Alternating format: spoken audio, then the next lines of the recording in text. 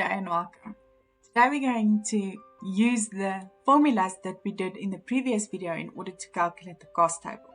So the first thing you need to do is make it for yourself a little bit more easy. So, total cost is the sum of your variable cost and your fixed cost. Average cost is the sum of your variable cost and your fixed cost. Indicate the pairs. Total cost goes with average cost. Total variable cost and average variable cost goes together. Fixed costs goes together. Write the formula for your marginal cost, that it is total cost divided by quantity, the changes in those. Write that if you have a total and you want to get an average, that you divide by quantity. Write that you have an average and you want a total, you multiply by quantity. This is all things that will make your life a little bit easier. Okay, so now with just like it is when baking a cake or following a recipe, there's a recipe with this. If you follow the recipe, you will be fine. So the first step is always to calculate total fixed cost. Now, total fixed cost can be calculated in three ways. The first one is to look to see if there is any number in the column of total fixed cost. Can you see that that is not true? Then you go to the second thing that you can do. The second thing you can do is you can look, is there any number in the average fixed cost column? If there is, you use that. Is there? Yes, 10. So what you can do now is say, I have an average, I want a total. What do? I multiply by quantity. So I have 10, the quantity is 4. So 10 times 4 is 40.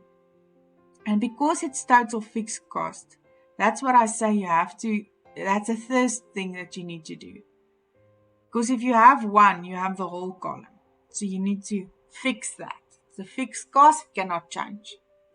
The third thing, if there was not a number in your average fixed cost column, you need to look if you have maybe a total cost and total variable cost in one row. Why? Because total cost equals total variable cost plus total fixed cost. So if you have variable cost and you have total cost, you can calculate fixed cost. The second rule is you go row for row. And then you will be able to complete the whole table. So row for row. Always, rule of thumb, if marginal cost is given in your first row, you can calculate your variable cost because it's always the same. Total cost is total fixed cost plus total variable cost. That is 45. Average cost can then be determined. Total cost is 45. 45 divided by 1 is 45. Your variable cost, 5 divided by 1 is 5. Average fixed cost, 40 divided by 1 is 40. Second row, you look at what I gave you. So I gave you 30 at average cost. Now you can go calculate total cost. You have an average, you want the total. What do? You multiply by quantity. So 30 times 2 is 60. Total cost is 60. Variable fixed cost is 40. 40 plus what's going to give me 60? 20. Average variable cost, 20 divided by 2 gives me 10. Fixed cost, 40 divided by 2 gives me 20. Now you can calculate your marginal cost. Marginal cost is the difference between your total cost and your quantity. So 60 minus 45 is 15. 15 divided by 2 minus 1 is 1. So 15 divided by 1 is 15. In the third row, start with what I gave you, 13. 13 times 3 will give me total variable cost. That is 39. 40 plus 39 gives me 79. Now you can calculate your average cost. 79 divided by 3. Now you can calculate fixed cost, 40 divided by 3. Now you can calculate your marginal cost. 79 minus 16 is 19. 19 divided by 3 minus 2, which is 1. 19 divided by 1 is 19. Now we're going to do one last one, and then you can complete the last 2 rows by yourself.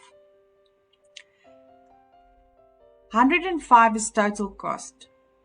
Total fixed cost is 40. 40 plus what is going to give me 105? 65. Now you can calculate average cost.